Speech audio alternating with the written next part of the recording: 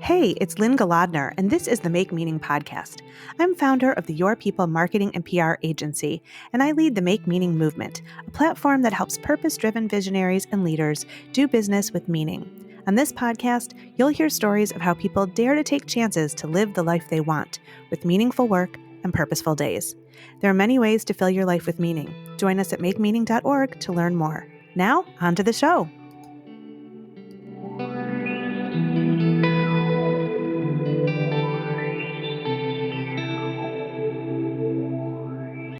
Jennifer Johnson has been a PTA leader on local and state levels within Michigan for years, most recently as Vice President for Student Involvement and Diversity, Equity, and Inclusion Chairperson, both at the state level. She is also her local school's PTA president. With a decade of experience advocating for children and families in areas of equity and education, Jennifer recently earned a certification in diversity and inclusion from Cornell University. She also serves on the board of Affirmations, an LGBTQ community center in Ferndale, Michigan, and she spearheads diversity efforts for the American Foundation on Suicide Prevention's Michigan chapter. Jennifer Johnson, welcome to the Make Meaning podcast. Hi, Lynn. How are you? I'm so happy to be here. I'm so honored to speak with you. And, we were talking before the episode about how we had met years ago when I was a parent at Norup International School and was involved for a few years with the PTA, that I admitted that I stalk you online because you're so amazing. And I'm like, I bet she doesn't remember me, but I just love all the work that you're doing. I don't remember you from stalking. I remember you from being an involved parent, which is what schools really need. And it was really, helpful for me to see involved parents like yourself to help me with my mission and being involved with children. Well, thank you. For me, it was just natural. I wanted to be where my kids were and to, have a voice and a say and help in the schools where they are. And as my kids are older now, I have 3 high school students and a college student. Yes. And it's like they're kind of at the ages where they don't really want you to volunteer. They want you around, but like on their terms. And yes. So I'm sort of walking that line because I want to respect their wishes, but I also feel like being a parent advocate is super important, and it is important for them too, It's very important. And I'm towing that line also because I don't know if you can believe it, but my daughter now is 15 years old. Oh my gosh. 15, and I have a 9-year-old son. And so it's that balance is interesting because your teenager, a lot of times they don't want you around, but sometimes they do. During this pandemic, my daughter was like, she just didn't want my husband and I around. And then she would just come up and just give us a hug and say, Mom, how are you? And I'm like, okay. And so it's kind of like an ebb and flow thing. I love that. Well, it's funny because I find that my kids, they want me around and they want to know that I'm listening and paying attention, but they also want their freedom. And so in the beginning of the pandemic, my daughter, who is almost 17, she and I would just take walks every night, and she did all the talking. And I just listened because I was like soaking it in. I'm like, great, you want to talk to me? And and she, it was wonderful. But I've learned that when they want you, you drop everything and you give them that full attention. See, and that's the whole thing. So I'm like, why am I even here? Because that's what it is. It's like when kids want to talk, you drop everything and you give them your full attention, no matter how busy you are. And we have to admit, we're all very busy right now, but we have to stop because our kids are really watching us now. It's like our kids are watching us, other kids are watching us, whether they're ours or not. And so it just makes it imperative that we listen to them and hear their voice and know what they want instead of us always saying, this is what the kids want. We need to ask them, what is it that they want? What is it that they need? Yeah, I totally agree.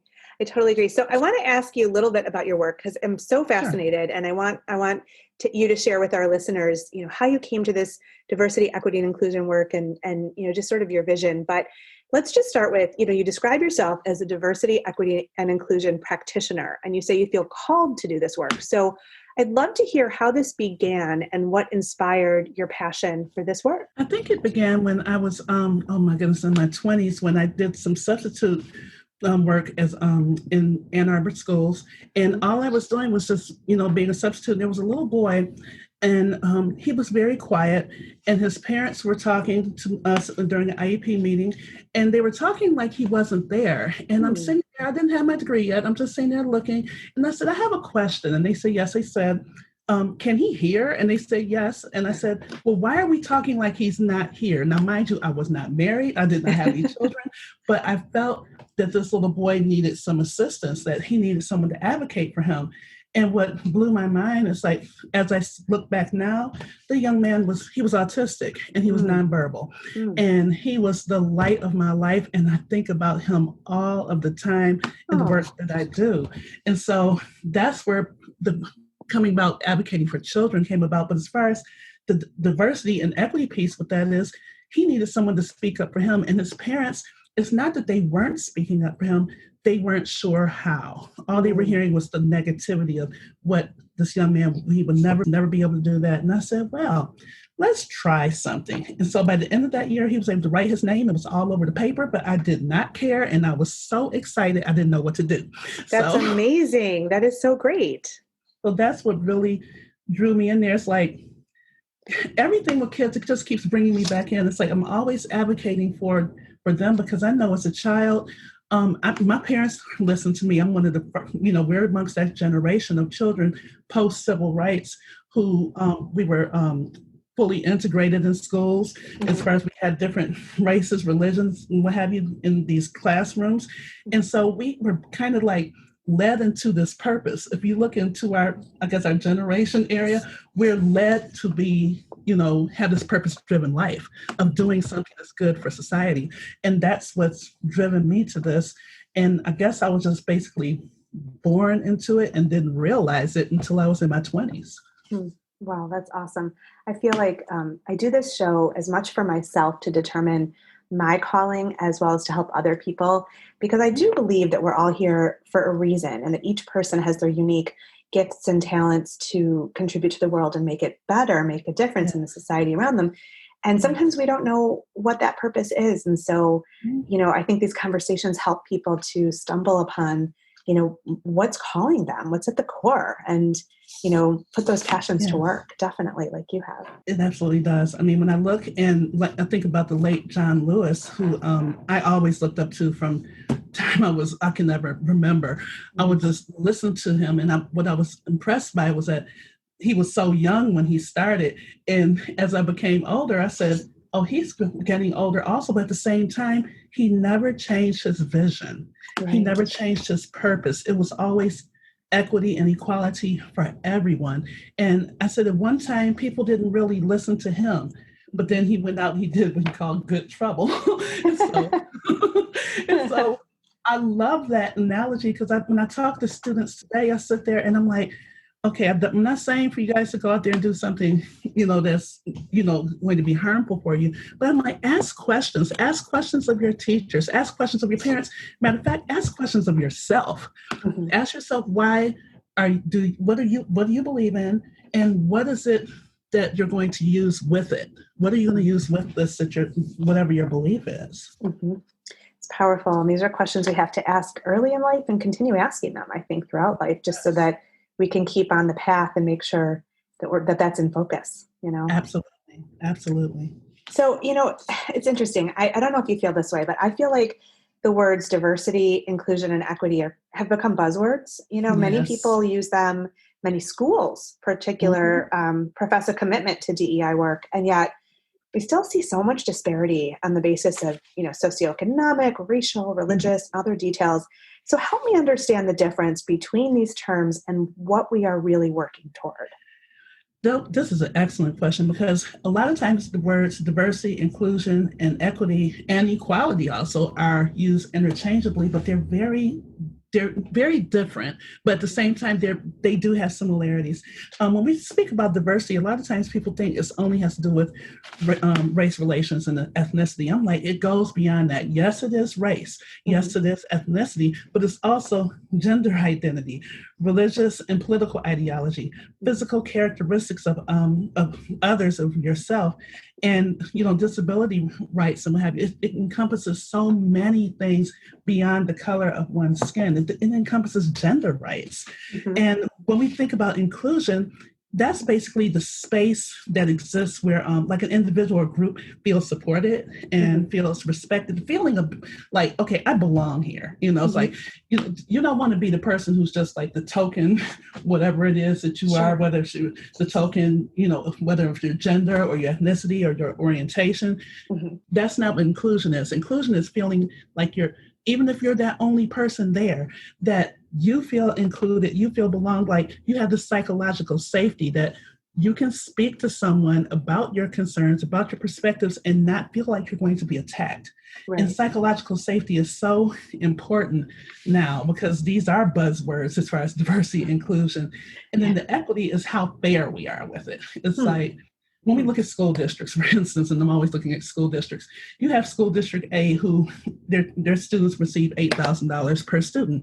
School district B receives $8,000 per student also. So that's equal. That's equality. That's equal. However, the equity comes in place because if school A has a load of resources of which their students can use, where that 8,000 is kind of like not it's needed, but the resources that they have are really there. But then when you look at school B, they need every piece of that 8,000 and then some. And on top of it, they don't have resources available for their students. So although you have the equality there, the equity is not present. And so that's where the challenge comes. That's interesting because I feel like what I'm hearing you say is that we need to start from the same beginning point. And so, so many schools are not there. Some might have beautiful new buildings and, HVAC systems that allow them to have the air circulating in a time like this and books for everybody. And, it's interesting. I'm just going to mention something for you to check out. And I'd love to hear back from you if you do listen to it. But there's a podcast called Serial, and they did a 5-episode program called Nice White Parents, and they focused on a school in Brooklyn and over the course of 60 years, and they, just different attempts to integrate and what finally ended up happening. And it was just interesting because I think equity was really the focus of that story, is that ultimately there wasn't equity. And so parents were advocating for it.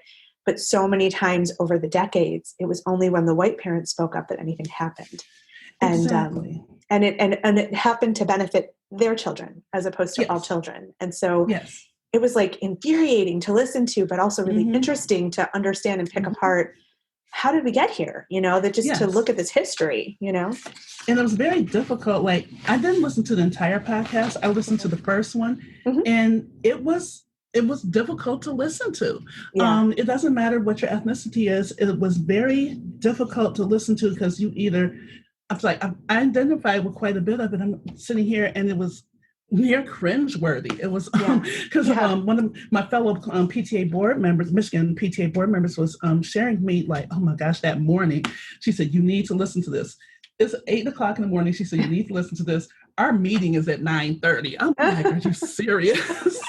So I listened to it. And I said, oh my gosh. And so I got on Zoom and I'm sitting there and she just started laughing because she could see the expression on my face. It was like, what was that?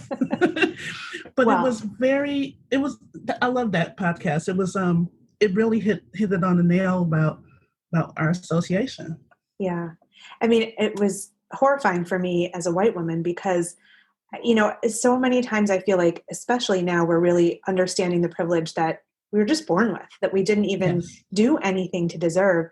And then to hear that white parents get a response from school districts that parents of color don't, it just made me so angry. It just, anyway, we won't go down there, but we're going to let, and for the school's credit, sometimes people don't realize that that's what they're doing or what's taking place. Yes, there are some instances where they are aware, but we have to be honest, there are some instances where they're not aware, and that's where the bias comes in, where the unconscious bias and conscious bias, but we will leave that somewhere else. So let's move on. Yes. Well, actually, I did want to ask you about the phrase interrupting bias, because you talked about that.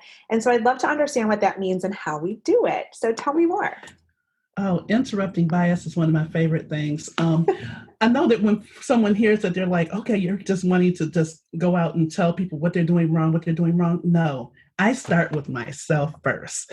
I Mhm. sit there, I'm like, okay, what bias do I have? And I'm conscious, not so much conscious, I try to be aware of it every time. I'll sit there, even with my own children, there's a bias with them where I'll sit there and say, okay, I bet he's not going to do blah, blah, blah. And oh, okay, you surprised me today. So it's little things like that, that, just making sure that that before we hand those, your fingers out at other people, that we look at ourselves and say, okay, let's make sure that we have, that we're interrupting it in ourselves. Or if, we do see it in someone else, to try to become relatable to that person. Say, say, I'm trying to want to share this with you, that this, hurt me. This, this was, I was not happy with what you said with that. And just let someone know. And I said, but in relation to that, I interrupt things within myself. And you just kind of put yourself in that place where they feel comfortable to speak out. But where the challenge comes with interrupting bias is when you try to do so, and then you have the microaggressions come in. Sometimes that microaggression of invalidation, where someone says to you, well, you can't feel that way because that's not what I meant. And I'm like, I understand that's not what you meant, but that's what came out. And so that's when it goes into intent. Interesting. So much with interrupting bias comes about where I tell people, I said, there might be a word that just really infuriates you, or a situation infuriates you. I'll tell people, I said, take a moment, take a breath just for a couple moments, and then say, okay, and then approach it. Yeah. And then approach it. Well, I think everyone can benefit in so many situations from taking a breath and just thinking things through. We're always better off for that. Whenever I respond quickly, I'm like, oh, wait, I should have taken some time, Oh my gosh. That's totally my continual thing for myself. Well, it's a lifelong journey, isn't it? Yes, it is. Absolutely. So, back to the whole education thing, I work in my marketing and PR company with a lot of private schools that are pretty homogenous in their student populations. And, I understand that when you are talking about private school where there's a tuition component, already the equity is not there because not everybody has access to a school they need to pay for. And so you're going to end up with homogeneity with socioeconomic or often racially and, in some cases, religion. Unless there's a really aggressive and generous, accessible tuition program or something like that. And even then you may still not have the diversity. You might, but you might not. But I know that a lot of the schools, their administrators yearn to expand their populations to be more truly diverse. Like it's part of the beliefs and principles of the pedagogy and of the leaders. And yet, just by being private schools, I think they have an uphill battle. And so I'm just wondering if you have any thoughts about what needs to happen for all schools to exhibit equity and inclusion. And, not just private. I mean, I think, we're looking at school districts that some are better funded than others, but, what needs to happen to really get there? That's a great question. I know that I had the fortunate or upbringing. I went to private schools and public schools. I taught in private schools and public schools. And the interesting thing for me, and this will probably just make everyone laugh, when I was in a private school, it was very small. I went to St. Benedict in Highland Park. It's not there anymore, and I loved my school. But it was like, when you're a kid, you're like, oh, I don't feel like going to school. But when you get older, you're like, oh my gosh, I wish I can go back there. And so I really enjoyed it there. But at the school that when I attended there, the staff worked very hard. And now this was in the 70s. They worked very hard to make sure everyone felt included. We didn't really see that because we all had on, first of all, we had on the same uniform. So we couldn't get past that. So that's what. Right, exactly. It's like we had to pay attention to, the uniform. But when I went to public school, because the reason why I went from a private school to a public school, my private school, just like now, they close. A lot of times they don't have the funding to stay open. And so my school closed 2 weeks before school began. And so I wound up going to a public school, and it scared me half to death when I went in there. Why? Why? There were so many people. I went from a school that had only maybe 200 people to where there was 200 people in the 10th grade alone.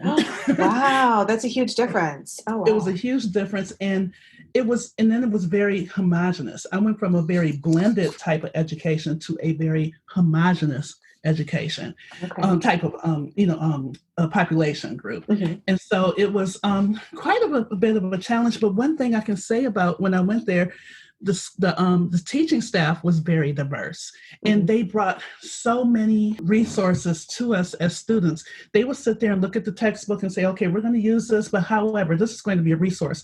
I always tell students, when a teacher tells you, I want you to pay attention to this, if they bring in a piece of paper or some kind of article, I said, pay attention to it, because that's what's not in the book, and this is what you are really going to need. And so that's what I really look at when I look at the differences between, well, the similarities for education. You see that in private and public schools. Mm-hmm. For private schools, one thing that we do see a lot of homogenous populations, whether by ethnicity or socioeconomic factors, in our private schools. However, the diversity comes in place because not everybody thinks the same. Right. And so you have that, they have different perspectives. And so that's what makes it a wonderful thing for any place, because no one person thinks exactly the same. They might have similar type of viewpoints, but they're complete perspectives. And that's where the equity piece comes in, because that's what makes a beautiful thing about the brain, is that you can have different perspectives and everyone can appear to look the same. They can appear to look all one type of person, but they're not. And you can still get your agenda going. Interesting. I mean, I love that. And, that really brings up an important point, because in America, we spend so much time focusing on the external factors when we talk about diversity.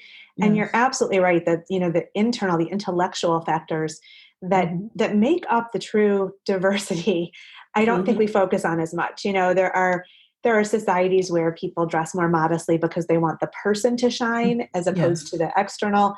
And I think there's some beauty in that concept too. And so maybe that's something we can strive toward. Exactly. It's a constant struggle trying to strive for that. I know, it really is. So I keep referencing podcasts, but hear me out. I just listened to a podcast called What It Takes, and there was an episode about John Hume and David Trimble, who were leaders in Northern Ireland, and they won the Nobel Peace Prize in 1998 for their work toward peace in Northern Ireland together.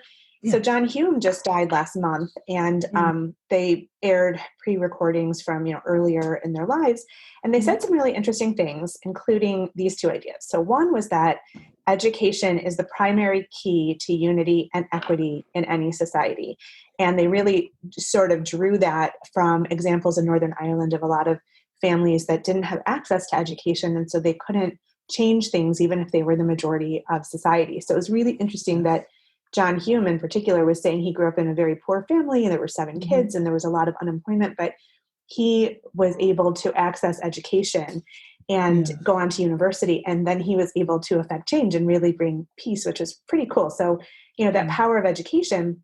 And then he also said that peace and democracy depend on all people coming together as one. He was quoting E pluribus unum, out of many one. And it made me think about where we are right now as Americans and how we might achieve these two important goals, because I feel like we're not out of many one. Maybe we want to be, but we're so fractured at this time. And yes, education is the key differentiator that gives people opportunity, to really be who they're meant to be, but not everybody has the same access to an equitable education. So I wanted to know what your thoughts were about, these two really interesting points. It's very true, and there is a lot of variation about equity in education. From the time the child is in preschool, even before they can enter preschool, there's some students or families who can afford to put their child in the top-notch preschool, and then there's some families who can't afford to even put them in a free preschool. Now, you probably ask, what do you mean that a family can't afford to put them in a free preschool? That preschool might be only operating for half a day. They might need the entire day for their child to be somewhere, because they might have to go to work or something like that, and maybe 1 or 2 jobs. And so that's what we're looking at as well. And it's very much a challenge, because we have so many, education is the key for so much. It's very much the key, but we have to broaden that and make it much more accessible for individuals.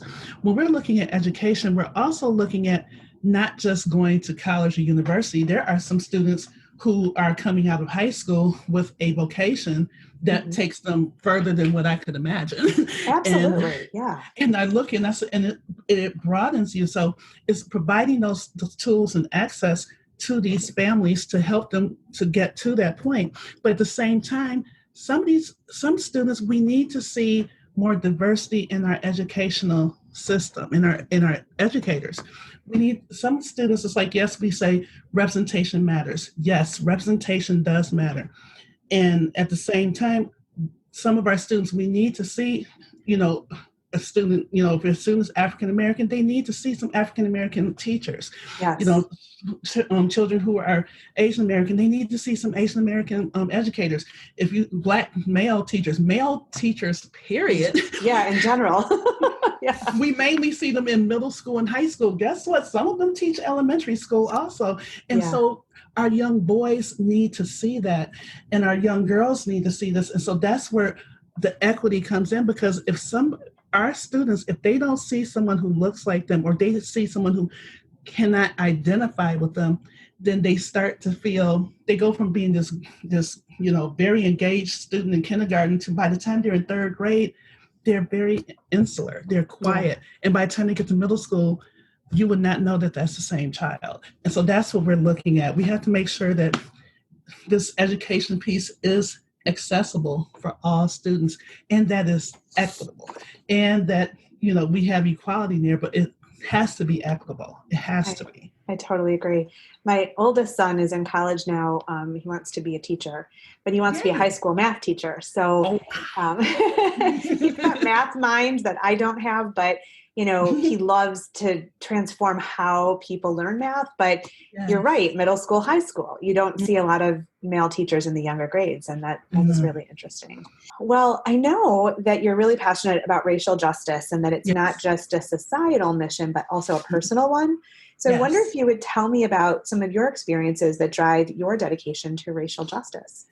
I know a lot of what drives my dedication to is one, being an African American woman is one. But as I was growing up, I was staying in a very homogenous neighborhood. I did not see that there were too many differences. Even when I would go to my private school, it was very blended. I really didn't see a lot of issues. As I look back now and I hear conversations that were had as a child or in my teens, I'm like, well, that wasn't exactly the right thing, to say that to, or anything like that. But I was basically raised to speak up for myself and for others. And so when it comes to the racial justice piece, it hurts when I see, like I remember I was in the hospital what is it called, the elevator one time with my husband, and there were some ladies that came on and they clutched their purse instantly when they saw him come on there. And I noticed it, but he didn't pay attention. And so what I did, consciously and subconsciously, I started talking to him about what he does. I said, so when you were in the classroom today, because he's a school teacher, so I just started talking about school and talking about his degree. And then once I started doing that, they loosened up instantly and they start talking to him. He had no clue what was going on, but it's a shame that I felt the need to do that, because I wasn't sure what was going to happen with him. And it's like, and then the other thing, he likes to jog. And when I look at what happened with Christian Cooper this past May, where he was sharing with that young woman in New York City that, well, you can't, have your dog running loose here because this is a bird sanctuary, and how she weaponized his ethnicity on the phone to the police. And this is stuff that we live with daily. But the difference between now in this space in 2020 and 2019 and maybe 10 years back is that we have cell phones and we have video cameras to be able to see these things. And that's what makes a huge difference. And so that's what drives me, because I shouldn't have to sit here and look at my son and 9 years old and wonder, okay, when is he going to go from being cute to other people think he's dangerous just because he's a young Black boy? I know. And so I think about that for my son, but even before I had him, it's hurtful. It's very hurtful. it's just tragic. I mean, I hate that you had to do that in the elevator. I love Yeah, that your husband was oblivious, like, and I think that could be a man completely. thing, maybe. I don't want to be Yes, like I sexist think it here, but is. you know, Yeah, my I husband's think it is. oblivious to a lot of things too. Yeah. But you know, like, there's just so many things wrong with that, and it's like just to justify that you're normal people and nobody should fear you. Like, nobody should have to do that, and I just hate that we're here. I mean, I guess it's good that we're talking about it and that we're sort of at this, I'm hoping, boiling point where Mhm. people are saying it has to change. This has to be different. Yes, it And I has hope it to. will be. I hope that leads to real change, but I hate that we're here. I just do, you know? I do too. And I think there are so many, the difference between now and like in the 60s is that we have so many more allies. Yes. Who are here with us.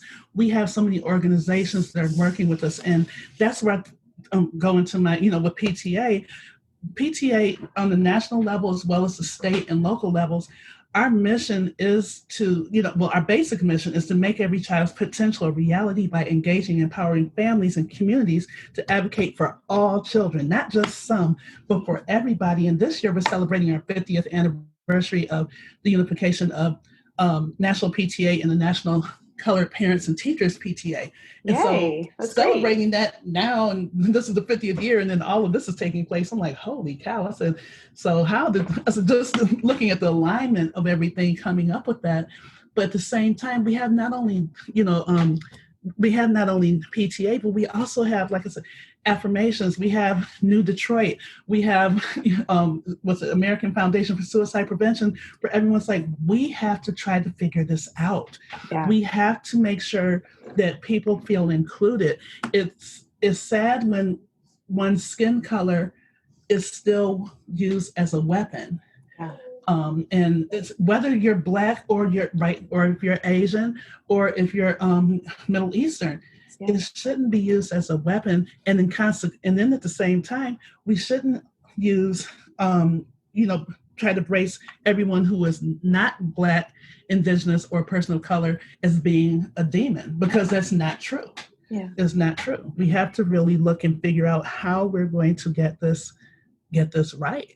Our kids are looking at us. They are. And actually, it's funny because my kids, I don't know if your daughter is like this, but my kids are so furious and they will not tolerate it, which I love. And my husband keeps saying, stay angry.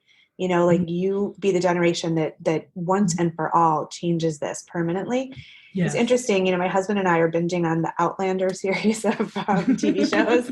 Yes. Some very good looking people on there to watch, but they're Yes. in, I'm not going to do a spoiler, but they're in the West Indies in the late 1700s, really mid 1700s. And there's the slave market. And so one of the characters who's, from that time says to the character from the 20th century, when does this end?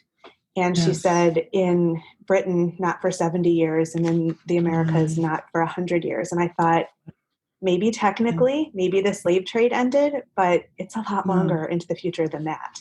Yes. And it just was like a bittersweet, I mean, it's a TV show, it's a romance, it's, whatever. But for me, it was a really bittersweet piece of dialogue because I'm like, yeah, maybe technically no more slaves are sold in 100 years, but there's still a lot of horrible things that are going to be happening, even to now. There is.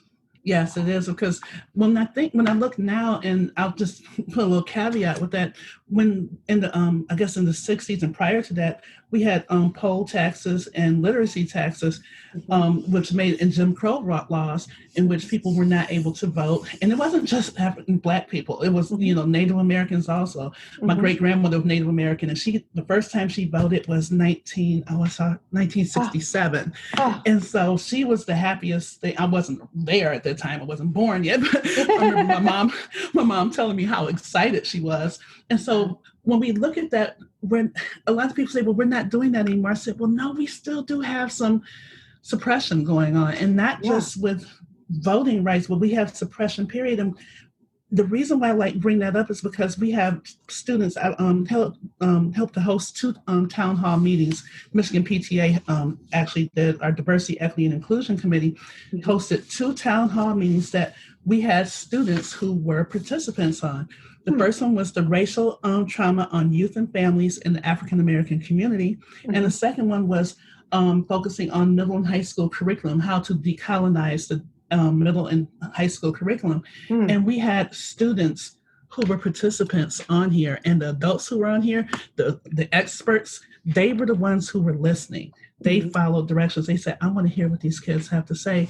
And it wasn't just African American students. We had Middle Eastern students. We had male. We had female. We had Italian. We had a couple kids who are in the LGBTQ community. And it's going to take us looking at these kids and seeing how they interact for us as adults to be able to follow and take their lead and to carry out what they're not able to do because they're not a voting age yet. Many of them are not. Well, they're on the cusp of it. And as we are approaching a presidential election, you know, so many of us can do things to make sure that people get their vote counted, that they find out where their drop box is if they're voting, you know, by absentee ballot. I mean, I know that there are powers that be in this country that are making it hard, but we can surmount. We really can. We can really rise above and make sure that everybody's vote really does count. So I hope that'll be the case. I do too. I really hope that that's the case. That the first thing people do, like, go out and find out where you're supposed to vote. Make sure that you know where you're supposed to vote, that you are registered. Because if you're not registered, it doesn't matter. So just find out, one, where you're supposed to vote. I mean, are you a registered voter and where you're supposed to vote, and then take it from there. Exactly. And either put a mask on and do it, or go get your absentee and make sure you know where the drop box is and make it happen, you know? Exactly. So. Make it happen. So, you know, as we sort of wind down on this amazing interview, and I'm so glad to be able to speak with you, Jennifer, but on this show, we focus on how people make meaning and find purpose in work and in life. And you've said that your life has meaning because of what you do and how you were raised. So can you tell me more about that, about how you find meaning and how you came to this calling too? That is a great question, because I ask myself that. Sometimes I look around and I'm like, okay, Jen, everything you do is with diversity, equity, inclusion. I mean, everything, every organization that I'm affiliated with I'm involved in their diversity, equity, inclusion piece. Everything with the students, with my own children, has to do with, social justice.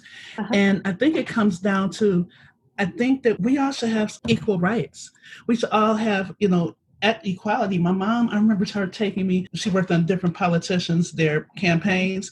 I could barely walk, I think. I was in strollers and what have you. And she would have me out there on the campaign trail doing all of this stuff. My mom was at the march, not the March on Washington, but the march that was in Detroit, in which Martin Luther King was there. So I think it was kind of like ingrained with me to be wired like this.